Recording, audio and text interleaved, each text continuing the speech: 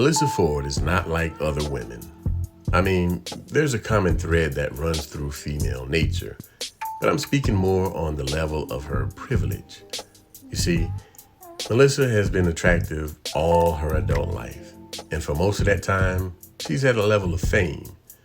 Not only has she been famous, but she's pretty much been a sex symbol to a lot of men as a video vixen and having been featured on a lot of magazines.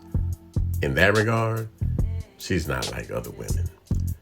And despite how you think her life might have turned out, at just this side of 50, she's never been married and never had any kids. Let me be clear that it's her prerogative if she wants to lean into the childless cat lady narrative. Where it becomes problematic is when she tries to convince other women that this is an okay place to be in life. In this video, we're going to talk about 2 ways in which women like her steer other women wrong. If you're new to my content, I go by TSF. That sounds familiar. If you've ninja watched a few of my videos, why not check to see that you're subscribed to the channel? At any rate, let's get some understanding. Society places an enormous amount of pressure on us to check certain boxes. The box of go to school and excel. You've got to pursue a career based on what you went to school for. And you've got to excel and become successful. And you have to have your 3-year, 5-year, 10-year, 15-year, 20-year plan, all while you're in your 20s. Get married, get the white picket fence, and have 2.3 kids. Never figured out the point situation when it came to the statistics, because what's a third of a kid? But I digress on that. The problem with the boxes is that we never check in with ourselves. It is never, ever, ever our first thought as to, well, what is it that I actually want? I am now, welcoming into my circle a lot of women who checked all those boxes. And for all intents and purposes, a lot of the stuff really actually did not work out. Yes, they ended up with the children, but they ended up in sometimes a loveless, sometimes an abusive, and sometimes a marriage of convenience. Sometimes they didn't even get the marriage, they just got the kids, and they inherited a whole lot of struggle and strife. And it's not to say that their choices are better or worse than the choices that I made. These are just choices. But for us women, I feel like our choices oftentimes have never really, really belonged to us.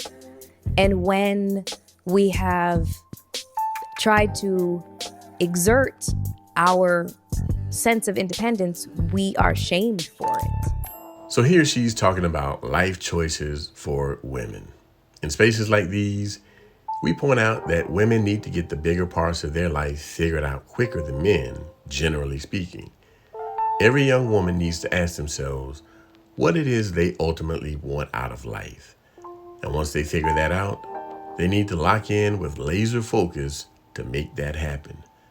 Because as they age, those choices don't increase, they decrease steadily over time. And in some cases, like fertility, the choice will be made for them if they don't or can't make it themselves. By her own account, Melyssa was outside when she was young.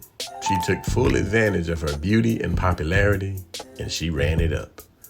And while she has friendships, a diminished level of notoriety and money, she doesn't have the things in life that tend to give women lasting happiness. I'll get to that in a second. In addition to her own example, she speaks on some of her friends getting the things they thought they were supposed to have. They got the education and the career and the means to do for themselves.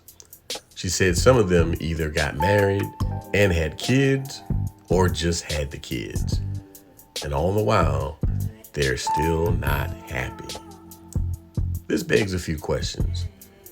Could the source of their unhappiness be because they really didn't know what they wanted out of life?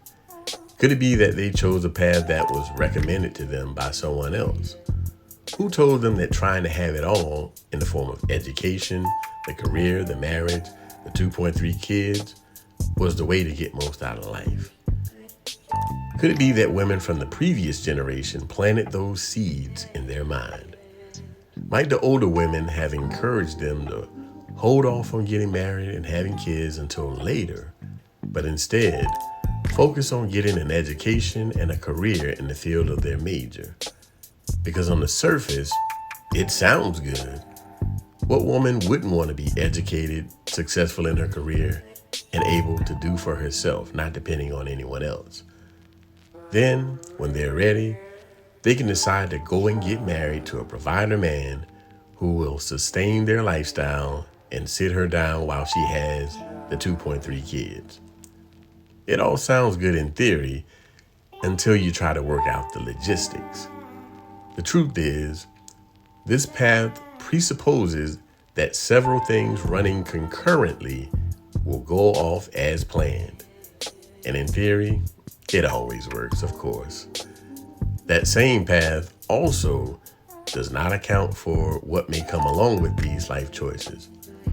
A lot of times, that path comes with feelings of being trapped in a lifestyle that they have to maintain, trapped in a career where they might need to work at least 30 years to retire, should they not be able to get married.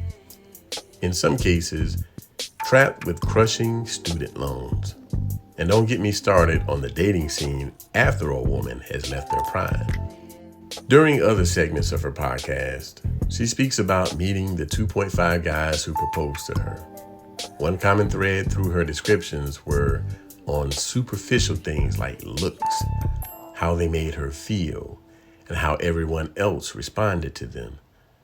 She never spoke about their character, which I would argue is the most important thing to consider when choosing to be with someone. You see, character doesn't change, but feelings do. The way you feel about someone today may not be how you feel about them down the line. But a person with good character always remains the same. A person who's honest, not wake up one day and decide to stop being honest. A man who's monogamous will not wake up one day and decide to be a cheater. So telling women to pick better, and I know a lot of women are triggered by that phrase, but telling women to pick better actually has merit, especially if they're looking for a healthy, long-lasting relationship. This is why advice from women like Melyssa Ford is not viable for the average woman. And I don't mean that in the pejorative sense. Women like her that had superficial fun while in their prime, but weren't able to find a good husband, can only lean on the sour grapes narrative. She had a head start and still couldn't finish the race. Of course you're gonna lean into certain narratives that make you look good and affirm you as a healed and whole individual who's self-fulfilled. That's not even how humans are made, but it does sound good. So keep drinking that Cabernet and make sure you're good and numb. It only gets worse from here. Now that we got some understanding, I'm about to get up through here, y'all. Hit the like button, subscribe to the channel, and watch one of these videos next.